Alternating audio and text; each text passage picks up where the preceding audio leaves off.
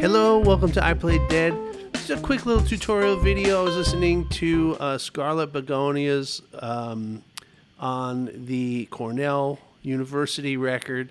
And in the beginning of that solo, Jerry does a couple of real signature licks by him that also, I think, exemplify what we've been doing on this channel, which is targeting chord tones and, you know, using the 1, 3, and the 5.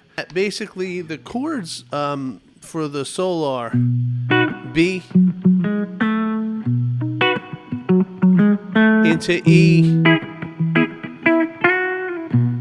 back to B, E, back to B. Then it goes to A, E, B, A, E, A, E, B, A, E, and we're back to the top. So what he does, Jerry does when the chord is about to change to, like, we're on the B on the vamp, and then it's going into the 1, the E chord where it hits on the downbeat. He does he'll do like licks where he like leads into the downbeat of the next chord and lands right on the tonic. So it'll be something like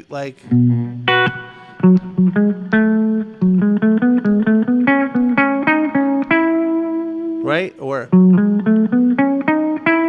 like he'll just walk right up the scale into the note, landing on the downbeat of the chord, and that's the important thing. He'll land right on the tonic, right when the chord hits on the downbeat. So like if we did that off the top of the chord, the top of the B chord, here's our root note, like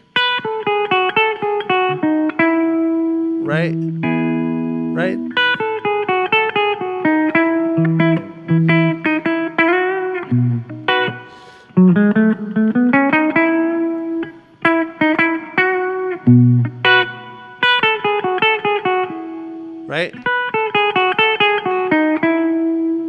Like, so that's the idea.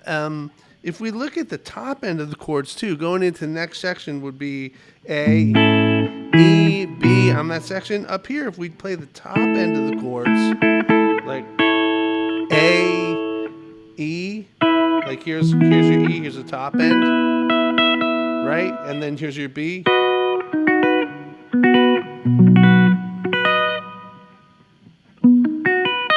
So it would be like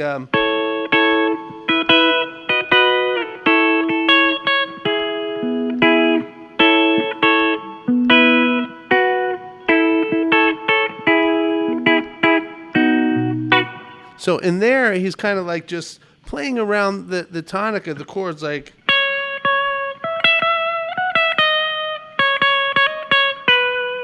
right?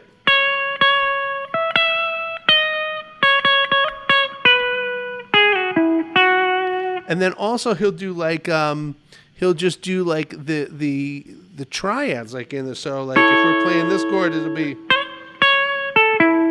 and then to the E it's just, and then B. He's just picking out the triads of those chords. So it'll be like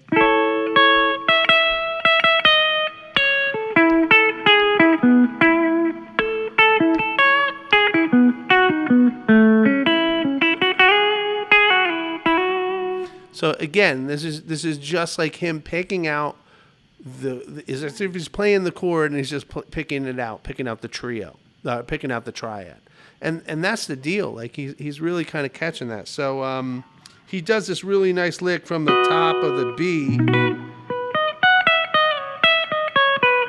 into the A on that change, and he's just playing over the chord. Like here's the top end of your B chord, and he's just playing he's doing the triad up to the 5, the arpeggio up to the 5, right? So however you get there, as long as you know you're landing on the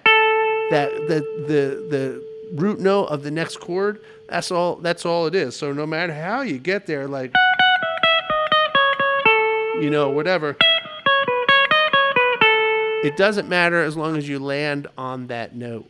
And that's the deal. And I hear that a lot with Jerry. So mostly it's the timing of when you're launching off of the chord that's about to change and landing on the tonic of the next chord You'll hear that a lot. That's a very common thing in all sorts of music, but you hear Jerry do it a lot. So it's more about just getting the timing together when you're gonna leave the next chord. Also, what that does is it leads the listener's ear into like this something is happening. There's a little tension, and you give the bridge, and then you land right on the downbeat with the chord for the next chord, and that gives it a really nice kind of resolve. So this way, it takes it a little bit out of the noodling thing, and it gives it like some sort of structure and a plan, and then like the listener hears it, and they're like, oh, wow, like they were really kind of brought there with intention that you're kind of putting across. So that was a quick little tutorial. I hope that helps. And I know that's fast. And I want you to kind of see the chords and play the chords as they're, as we've been kind of breaking them down, just playing around the chords. And instead of kind of just picking out every note that Jerry does on X solo and then showing you note by note, I like to just leave that to myself and leave that to you to kind of rather have take your own roadmap and play it yourself. Do it your own, have your own approach to it because you know where you're playing at. Also, I think I prefer to do these without the backing track sometimes because it's great to play with backing tracks and click tracks, but it's really good to kind of play over the changes with yourself while you're hearing the chords in your head, because that's kind of getting your ear together. And I think that really helps as well. So hopefully you find this lesson helpful. And if you want to subscribe, please hit the subscribe button. And thanks for everybody for listening.